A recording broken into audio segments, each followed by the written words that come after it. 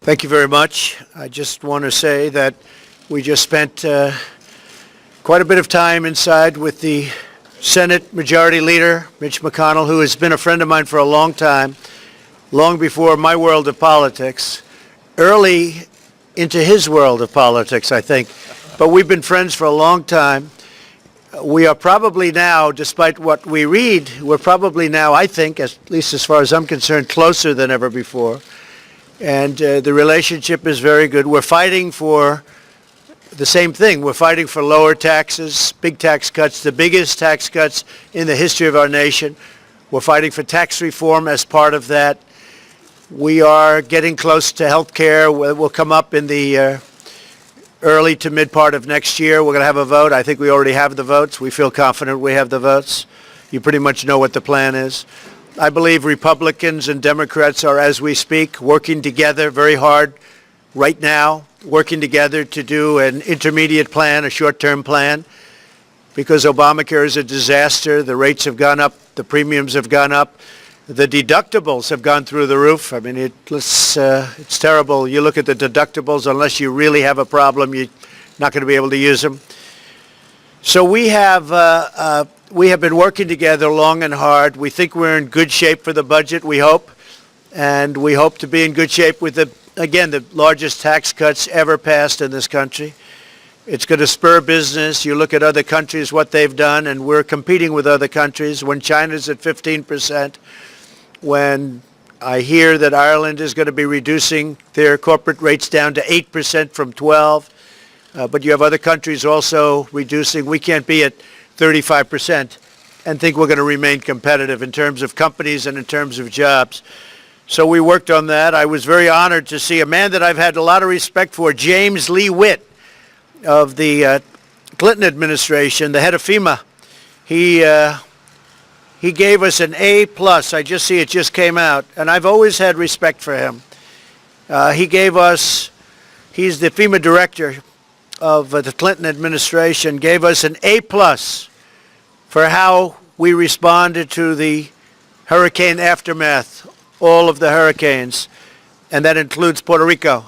So I just want to thank Mr. Witt, wherever you may be now, wherever you may be listening. I just want to say I really much appreciate it, because that took it out of politics, out of the world of politics, in that he was with the Clinton administration, and I'm sure remains loyal to the Clinton administration. I hope he does.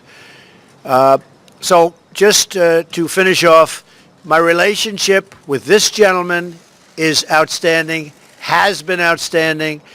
We are working very hard to get the tax cuts. We will continue to work hard to get the health care completed. I'm going to be surprising some people with an economic development bill later on, but I haven't even told Mitch because I want to focus on tax cuts and some other things right now. One of the unspoken elements that we discussed at lunch, and it just is not talked about. Yes, we got a great Justice Gorsuch, into the United States Supreme Court. He is going to be outstanding, hopefully for many, many years. But something that people aren't talking about is how many judges we've had approved, whether it be the Court of Appeals, circuit judges, whether it be district judges. We have tremendous right now under review. The Democrats are holding them up beyond anything, beyond comprehension. They're holding them up. I mean, frankly, they have terrible, terrible policy. Terrible policy. And perhaps they're not even good politicians, but they are good at obstruction. So I looked at some of these numbers between the judges, and I want to say that we will set records in terms of the number of judges. And if you read the Wall Street Journal, I have to give them a little bit of a person, a writer, I won't mention names, but you can see it, who has really been a really fair person, wrote an article or wrote a editorial, in a sense, saying how well we're doing with judges and appointments. I think it's one of the big unsung things of this administration. In addition to the fact that we have had a lot of legislation passed on the VA and lots of other things. But the judge story is an untold story. Nobody wants to talk about it. But when you think about it, Mitch and I were saying, that has consequences 40 years out, depending on the age of the judge, but 40 years out. So numerous have been approved. Many, many are in the pipeline. The level of quality is extraordinary. And I just wanted to say that we're working very closely on that also and getting really great reviews from those people and in many cases some scholars that have been studying it. There has never been anything like what we've been able to do together with judges. So with that, I'd like to have Mitch say a few words, and if you want to do a little question and answer, we can do that also. Thank you very much. Thank you. Well, thank you very much, Mr. President. I want to underscore what the President said. We have the same agenda. We've been friends and acquaintances for a long time. We talk frequently. We don't give you a readout every time we have a conversation, but frequently we talk on the weekends about the issues that are before us. Obviously, passing the budget, which enables tax reform and tax reduction, comes next. Then the supplemental to take adequate care of those who've been harmed by the natural disasters we've been afflicted with lately. And of course, the Senate's unique role that seems to me a lot of people forget. We're in the personnel business. There are 1,200 of the President's nominations subject to confirmation in the Senate. The House is not in the personnel business. We are. The single most significant thing this President has done to change America is the appointment of Neil Gorsuch to the Supreme Court. But it's not just the Supreme Court. There are a lot of vacancies at both the circuit court and district court level. As the President's indicated, young, conservative, and when we say conservative about a judge, what we're talking about here are the kind of people the President's appointing to the courts believe that the role of a judge is to try to rule based upon what the law says, not what they hoped the outcome would be. Justice Scalia used to say, if a judge is not occasionally unhappy with the conclusion he reached, he's not a very good judge. Or as Justice Gorsuch put it down in my state a couple of weeks ago, judges don't wear red, they don't wear blue, they wear black. And those are the kind of people the President is sending up to the Senate to be confirmed. Many of them, as he pointed out, younger, who will be on the bench for a long time and have a great deal to do with what kind of country we're going to have far into the future. Legislatively, obviously, the top priority is tax reduction. And I think what the President and I would both like to say to you today, contrary to what some of you may have reported, we're together totally on this agenda to move America forward.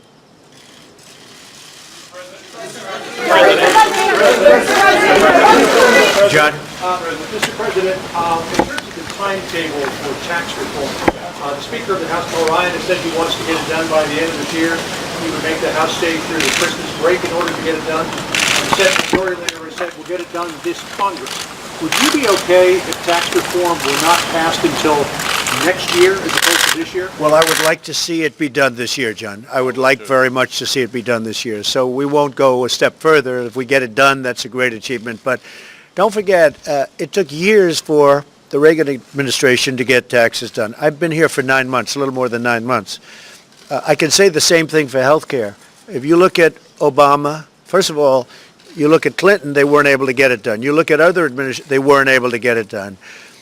President Obama, after a long period of time, was able to finally push it through, but push through something that's now failed, really failing badly. But again, we're meeting, Democrat, Republican are meeting right now, and right now they're working on something very special. But I have to tell you, I really believe that we have a very good chance, and I think Mitch feels the same way, of getting the taxes done, hopefully fairly long before the end of the year. That's what we'd like to see. Go ahead. Let me just add to what the President said. The goal is to get it done this calendar year. But it is important to remember that Obama signed Obamacare in March of year 2. Obama signed Dodd-Frank in July of year 2. We're going to get this job done, and the goal is to get it done by the end of the year. Mr. President? And just to finish up for Mitch, and we're 9 months, right? So we could have a long way to go, but that's okay. Yes. Thank you. One question. One, do you still have confidence in Representative Tom Marino to be your drug czar? And on health care, in a recent tweet, he said, the only problem I have with Mitch McConnell is that after hearing repeal and replace for 7 years, he failed. that should never have happened. Do you still think? Well, let's you failed? Do you let's have go to the confidence in second tax part of your reform? question with Mitch. Again, we've been doing health care for really 7 months, and probably 6 months if you think about it, because we started in probably a total of 6 months. Others were 2.5 years and much more than that. Others were 8 years and they didn't get it passed. This man is going to get it done, okay? And I think get it done long before anybody else, and I think it's going to be a great health care. As far as Tom Marino, so he was a very early supporter of mine, the great state of Pennsylvania. He's a great guy. I did see the report. We're going to look into the report. We're going to take it very seriously because we're going to have a major announcement probably next week on the drug crisis and on the opioid massive problem. And I want to get that absolutely right. This country, and frankly, the world has a drug problem. The world has a drug problem, but we have it, and we're going to do something about it. So I'm going to have a major announcement on that problem next week. We're going to be looking into Tom. Thank you, Mr. President. 𝐁reaking 𝐍ews One American News. I'd like to ask you, do you support the plan by people who previously served in your administration, such as Steve Bannon, to primary Republican candidates in the 2018 elections who do not support your agenda? Well, I have a very good relationship, as you know, with Steve Bannon. Steve's been a friend of mine for a long time. I like Steve a lot. Steve is doing what Steve thinks is the right thing. Some of the people that he may be looking at, I'm going to see if we talk him out of that, because frankly, they're great people. What Mitch will tell you is that maybe with the exception of a few, and that is a very small few, I have a fantastic relationship with the people in the Senate and with the people in Congress. I mean, with our House of Representatives. I have a great relationship with political people. If you read the papers, you think I'm like on one island and they're like on the other. Well, it's not the way it is. We have a fantastic relationship. I'm friends with most of them, I can say, and I don't think anybody could have much of a higher percentage, but I'm friends with most of them. I like and respect most of them, and I think they like and respect me. Just so you understand, the Republican Party is very, very unified. When we get things approved, we have to go through hell because we have no Democrat support. We have nobody. We don't have a vote from the Democrats. As an example, massive tax cuts. We may not get any Democrat votes. Now, we also may get 3 or 4. But we may get no for massive tax cuts. We're the highest tax country in the world. And yet we may get no Democrat support. And that's because they're obstructionists. And they just basically want us to do badly, but that's not going to happen. Yes, go ahead. On the opioid crisis, I listened to you campaign trail talk about that repeatedly. Right. You watched the 60 Minutes report last night. Yes. Number one, you want to reverse the law that Congressman Marino helped pass that the DEA whistleblowers say has contributed to the expansion of the opioid. We're going to look at that very closely. And does his sponsorship of that law in any way undermine your confidence in him? Well, he's a good man. I have not spoken to him, but I will speak to him, and I'll make that determination. And if I think it's 1% negative to doing what we want to do, I will make a change. Yes. Wait 1 second. Yes. What about declaring a written national emergency for this crisis? You talked about it. But We are going to be doing that next week. By the way, you know that's a big step. By the way, people have no understanding of what you just said. That is a very, very big statement. It's a very important step. And to get to that step, a lot of work has to be done, and it's time-consuming work. We're going to be doing it next week, okay? Mr.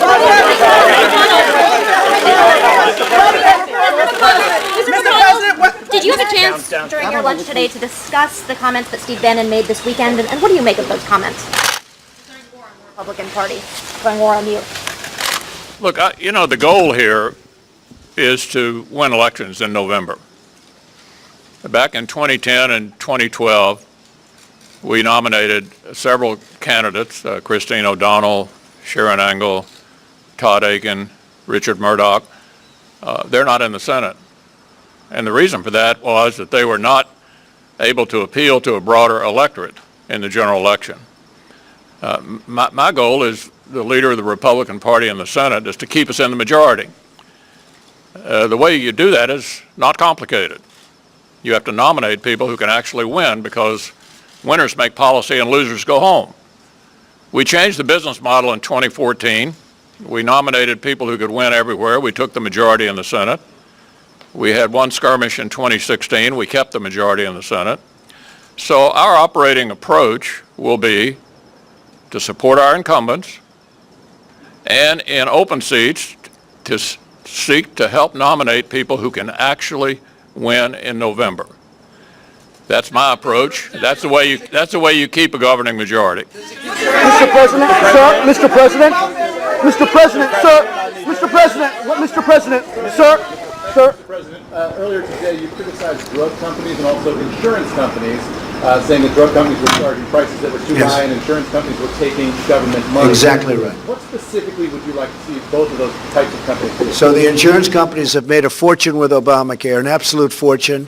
As you know, what I did with the cuts at the end, which were all going, you're talking about hundreds of millions of dollars a month going right into the pockets of the insurance companies.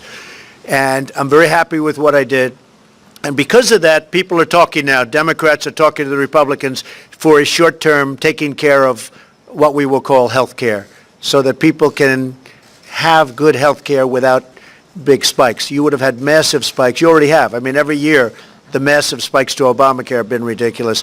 As far as, and I didn't speak to Mitch about this today, but a priority of mine, and you know that this is coming up, will be the cost of prescription drugs. We're going to get the costs way down, way down. And those drug companies, so you have the insurance companies in the one case. In the other case, actually, with regard to both, you have the drug companies. They contribute massive amounts of money to political people. I don't know, Mitch, maybe even to you. But I have to tell you, they contribute massive amounts of money. Me, I'm not interested in their money. I don't need their money. I will tell you, you have prescription drugs. You go to England, you go to various places, Canada, you go to many, many countries, and the same exact pill from the same company, the same box, same everything, is a tiny fraction of what it costs in the United States. We are going to get drug prices, prescription drug prices, way down because the world is taking advantage of us. The world is taking advantage of us when that happens. So that's going to be very important. Sir, Mr. President, sir, Mr. President. Thank you. On healthcare, there are about 6 million people that get subsidies to help pay for Obamacare. About 70% by one study come from states that you won in November. Yeah. Now that you've cut off these payments, are you going to ensure that those people will still get help from the federal government to pay for that insurance? Well, that's what we're looking to do, Joe. We want to get it down so that people can have affordable health care. Look, you look at some states, 116% up. In Alaska, over 200% up. In other states, 50%, 70% up. And those are some of the states that are doing better. Obamacare is a wreck. It's a mess. It's destroying lives. We want to get it in those states, the states that I did so well in, but also in states that I didn't win. I want to get health care that's much more affordable and much better health care, and that's what we're doing. Yes. Let me ask you about tax reform. Go ahead, tax reform. Yeah, tax reform. You had said the other day that there were some adjustments being made. Yeah. Gary Cohn said today that there would be some things that were negotiable. What exactly, in your eyes, is negotiable? And then for the leader, you said that the top priority is tax reduction. You did not say tax reform in 2017, Leader McConnell. So could you commit specifically to tax reform in 2017 for the both of you? So we are doing minor adjustments. We want to make sure that the middle class is the biggest beneficiary of the tax cuts and tax reform. And that's, I'm sure, what Mitch meant also, because people get it confused. We are doing massive tax cuts. We're also doing simplification and reform. Simplification, where literally if we can do it on one page, now in some cases it may be 2 pages, but we're doing major simplification.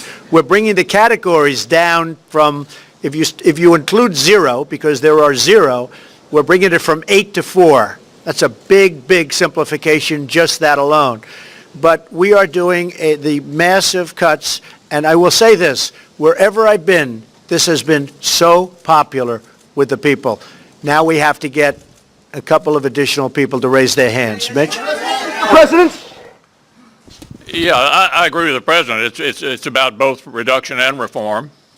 It's been 30 years since this kind of effort was undertaken successfully, and we're going to succeed this time. The bills, the details of them, will be written by the Ways and Means and Finance Committees after we approve the budget, and obviously the budget opens the path to tax reform. But it's about both reform and reduction. Why haven't we heard anything from you so far about the soldiers that were killed in Niger, and what do you have to say about I've written them personal letters. They've been sent or they're going out tonight, but they were written during the weekend. I will, at some point during the period of time, call the parents and the families, because I have done that traditionally. I felt very, very badly about that. I always feel badly. It's the toughest calls I have to make are the calls where this happens. Soldiers are killed. It's a very difficult thing. Now, it gets to a point where, you know, you make 4 or 5 of them in one day is a very, very tough day. For me, that's by far the toughest. So the traditional way, if you look at President Obama and other presidents, most of them didn't make calls. A lot of them didn't make calls. I like to call when it's appropriate, when I think I'm able to do it. They have made the ultimate sacrifice. So generally, I would say that I like to call. I'm going to be calling them. I want a little time to pass. I'm going to be calling them. I have, as you know, since I've been president, I have. But in addition, I actually wrote letters individually to the soldiers we're talking about, and they're going to be going out either today or tomorrow. Yes. Thank you, Mr. President. General Kelly said on just last week that you believe that Cuba could stop the attacks against Americans. Do you believe then that Cuba is? I think Cuba knew about it. Cuba is responsible? Sure. I do believe Cuba is responsible. I do believe that, and it's a very unusual attack, as you know. But I do believe Cuba is responsible. Yes. Thank you, sir. Mr. President, Roy Moore down in Alabama has said that he believes homosexuality should be illegal and that Muslims should be barred from serving in the U.S. Congress. What makes you comfortable with someone with those beliefs serving in the U.S. Senate? And the same question to you, Mr. Leader. Well, I'm going to be meeting with Roy sometime next week, and we're going to talk to him about a lot of different things, but I'll be meeting with him. He ran a very strong race. The people of Alabama, who I like very much, and they like me very much, but they like Roy, and we'll be talking to him, and I can report to you then. Okay? Mr. President, sir. Mr. President. Mr. President, sir. Go ahead. Mr. President, thank you. This is a question for you and for Leader McConnell. Following up on your comments on judges, one of the issues outstanding right now is whether the Senate Judiciary Committee will keep its edition of blue slips.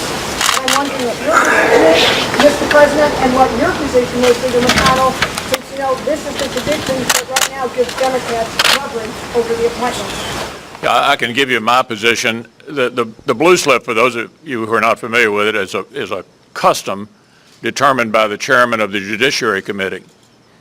And Senator Grassley can give you his view of how he views this. I'll give you my view. My view is that a blue slip on a circuit judge is simply a notification of how you're going to vote. To conclude otherwise would have left us in the following position at the beginning of this Senate. 48 Democratic senators would have been able to blackball 62% of the circuit judge nominees. That's simply not a tenable place to land in a Senate that now deals with judges with a simple majority. So my own personal view is that a blue slip on a circuit judge should simply be a notification of how you intend to vote. I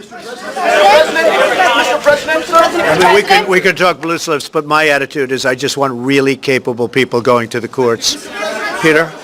Mr. President, in 2012, you tweeted that Obama's complaints about Republicans stopping his agenda are BS, in your words, since he had full control for 2 years. You wrote, he can never take responsibility. But today you said about some of the challenges right now in Congress and in Washington, I'm not going to blame myself, I'll be honest, they're not getting the job done. So what's different then than now? Well, let me just explain what's different. We have nominations pending right now, and we have 182 approved. If you look at this, the number that he had approved was 65% and 70%, and we have 39%. They're holding up every single nomination. Schumer and the group are holding up every single nomination. They are obstructing. They're doing, it's really what, I'm telling you, they're not good politicians, but they're very good at obstruction. They are holding up every single nomination, and I will tell you, Peter, it's not right. It's really not right. They'll bring them right out to the end, that last minute, what they're doing is unfair. So you look at even Bush, you look at Obama, you look at Clinton, and you look at Bush original, you have 389 versus 182. These are approvals. You look at Clinton, 357 versus 182. You look at President Obama, 364 versus 182. These are nominations approved, and what they're doing to us, we have unbelievable people in there waiting to be approved. They've been waiting for a long period of time. Now, I do believe that Mitch is going to start pushing them very hard, and he can do that, and he wants to do that. He also wants to get the judicial nominations through, and he wants to get them through fast, too.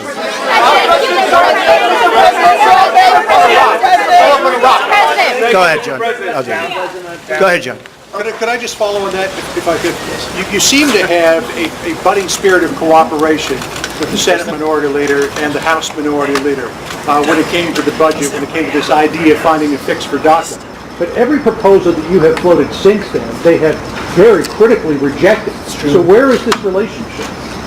Well, I hope to have a relationship. If we don't, we don't. I mean, we have races coming up, and as you know, in a year from now, I think we're going to probably do very well. I can say this, if we get taxes approved, we're going to do unbelievably well. Many of the senators are running in states that I won by massive amounts, over 20%, sometimes 30%, I guess in one or two cases by over 40% over the Democrat. Do you think you can work with them? Well, we're going to let you know that I would like to give you that answer in about 7 years from now. Is that okay? Mr. President, sir. Meaning 1 + 7. I hope to be, John, I hope to be able to, because I like the concept of bipartisan. But right now they are doing nothing but obstructing. And really, you know, if you think about it, they're against major tax cuts that's going to make our country stronger and more competitive. That's a hard thing to win an election on. And I believe that some Democrats will be voting for us when it comes to the tax cuts. Mr. President, sir. Economic development. What about this economic development bill that you mentioned? Can you give I'm going to be proposing an economic development bill in the not-too-distant future. I want to get tax cuts obviously done first, maybe even the health care, but I think somewhere either in between or shortly thereafter, I'm going to be developing an economic development bill that will put us so far ahead of other countries, you will not even believe it. That'll be very important. Mr. President, sir. Sir, Mr. President, sir. Thank you, Mr. President. Last week, your administration made two major announcements on rolling back the Iran deal and getting rid of the cost-sharing reductions as part of Obamacare. And a lot of criticism has been leveled at your administration, saying that really all you're doing is... And a lot of praise. Fair enough, sir. Rolling back, a lot of what you're doing is simply rolling back everything your predecessor accomplished. Is there a single policy of your predecessor that you specifically do not want to touch, sir? Well, we're very opposite in terms of incentives and incentives for jobs and other things. And if you look at what's happened, we just hit a new high today again in the stock market.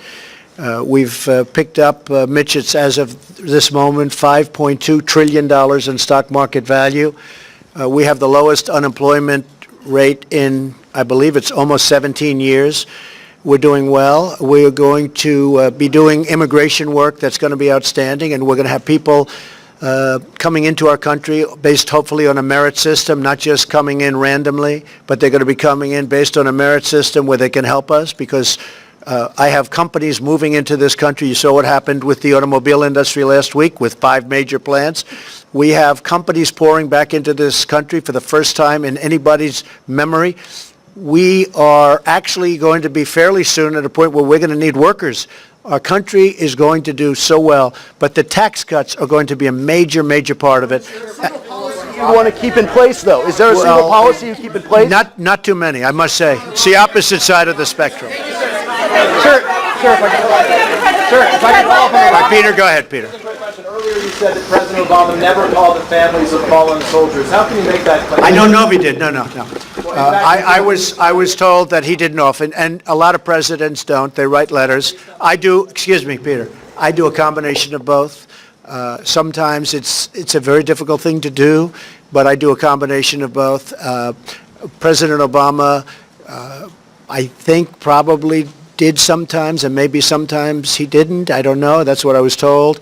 All I can do is ask my generals. Other presidents did not call. They'd write letters, and some presidents didn't do anything. But I like the combination of, I like when I can, the combination of a call and also a letter. Mr. President. Mr. President. Mr. President, thank you. Sorry. If it would help you, Right, one at a time. Go ahead. Thank you. If it would help Special Counsel Robert Mueller get to the end of the Russia investigation. Well, I'd like to see it end. Look, the whole Russian thing was an excuse. Excuse me. The whole Russian thing was an excuse for the Democrats losing the election, and it turns out to be just one excuse. I mean, today Hillary blamed Nigel Farage. That one came out of nowhere. So that was just an excuse for the Democrats losing an election that, frankly, they have a big advantage in the Electoral College. They should always be able to win in the Electoral College, but they were unable to do it. So there has been absolutely no collusion. It's been stated that they have no collusion. They ought to get to the end of it because I think the American public is sick of it. Go ahead. Go ahead. Mr. President, Veronica Cleary with Fox 5. Yes. Do you believe that your comments in any way affected Bo Bergdahl's ability to receive a fair trial? And can you respond to his attorney's Well, I can't claims comment that- on Bo Bergdahl because he's, as you know, I guess he's doing something today, as we know, and he's also, they're setting up sentencing, so I'm not going to comment on him, but I think people have heard my comments in the past. Go ahead. Go ahead. Will you extend the deadline for DACA recipients if Congress can't pass the bill by March? Well, they should be able to do something, but we need very strong border security, and we do want the wall. Go ahead. The question is about the fires in California. They feel like they're left out. No, they haven't. In fact, I spoke to Governor Brown. We had a great conversation. We have FEMA there, and as you know, James Lee Witt gave us an A+, and I think if he didn't include the fires, he would include the fires also. We have FEMA there. We have military there. We have first responders there. It's a tragic situation, but we're working very closely with the representatives from California, and we're doing a good job. Mr. President. Mr. President. Mr. President. Mr. President. Go ahead, back. Yes, go ahead, back.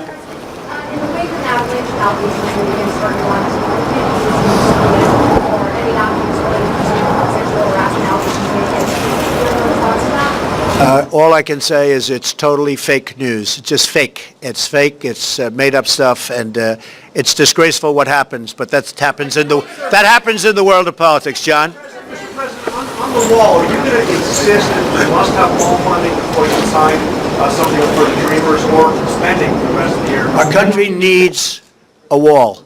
Mexico, you see what's happening there. You see what just happened yesterday with one of their big political leaders. Mexico is not doing particularly well when it comes to the kind of thing that we have great interest in. Drugs are pouring across our border. We're stopping it, but we need a wall to really stop it. We need a wall in this country. You know it. I know it. Everybody knows it. We have to have a wall, so that's going to be part of it. President.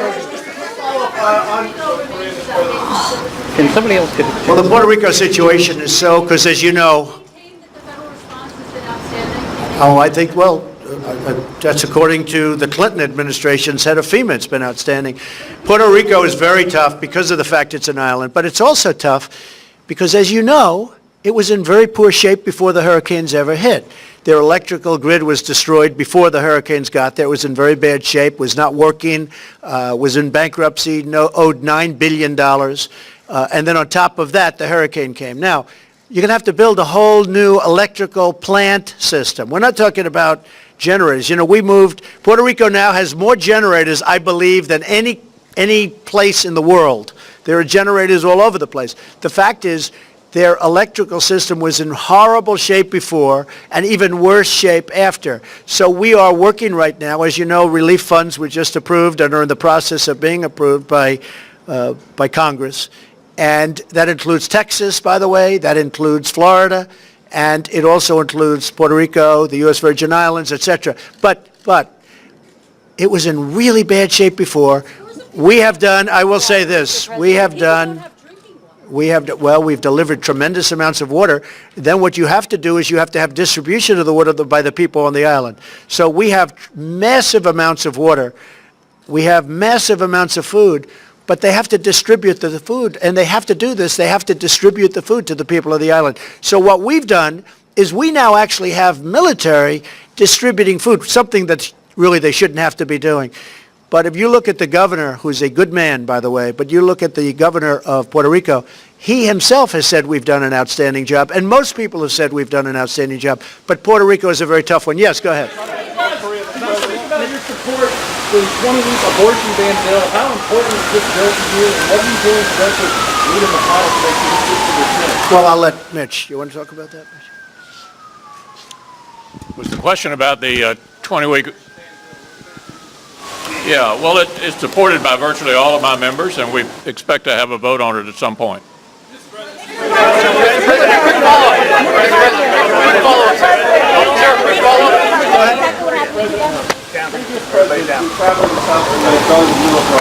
are those who believe this would be the worst time to do that because it would be viewed as provocative. How do you view what you're trying to accomplish in South Korea? Do you intend to go to the DNC? Well, I'll be going, as you know, to South Korea, to China, to Japan, to Vietnam for the summit. We have a big economic summit there. I may be going to the Philippines also. We've been invited. We've been invited to the Philippines, so I may be going to the Philippines. And I look forward to all of them. We haven't set the details as of this moment. We'll take a look at that. I didn't hear in terms of provoking, but we will certainly take a look at that. Sir, a quick follow-up on an earlier question to Sarah. You discussed the special counsel and the investigation currently. Are you considering firing Robert Mueller? No, not at all. And one quick follow-up on Iraq, sir. On Iraq, the Kurdish forces and Iraqi forces last night were clashing in northern Iraq. Are you concerned about a larger conflict in the region while U.S. forces are still advising on the ground? We don't like the fact that they're clashing. We're not taking sides, but we don't like the fact that they're clashing. Well, let me tell you, we've had for many years very good relationship with the Kurds, as you know, and we've also been on the side of Iraq. Even though we should have never been in there in the first place, we should never have been there, but we're not taking sides in that battle. John? In an interview earlier today, Hillary Clinton said that she did not believe that players taking a knee in the NFL was about disrespecting the flag. Complete odds with the way that you have portrayed this. You fired back in a tweet saying you hope that she runs again in 2020. Why? Oh, I hope Hillary runs. Is she going to run? I hope. Hillary, please run again. Go ahead. So she's at odds with you over whether or not this is disrespecting the flag. Is she right or is she wrong? I think she's wrong. Look, when they take a knee, there's plenty of time to do knees and there's plenty of time to do lots of other things. But when you take a knee, well, that's why she lost the election. I mean, honestly, it's that thinking. That is the reason she lost the election. When you go down and take a knee or any other way, you're sitting, essentially, for our great national anthem. You're disrespecting our flag, and you're disrespecting our country. And the NFL should have suspended some of these players for one game. Not fire them, suspended them for one game. And then if they did it again, it could have been 2 games and 3 games and then for the season. You wouldn't have people disrespecting our country right now. And if Hillary Clinton actually made the statement that in a form sitting down during the playing of our great national anthem is not disrespectful, then I fully understand why she didn't win. I know, I mean, look, there are a lot of reasons she didn't win, including the fact that she was not good at what she did. But I will tell you, that is something that I had just heard about, and I think that her statement in itself is very disrespectful to our country.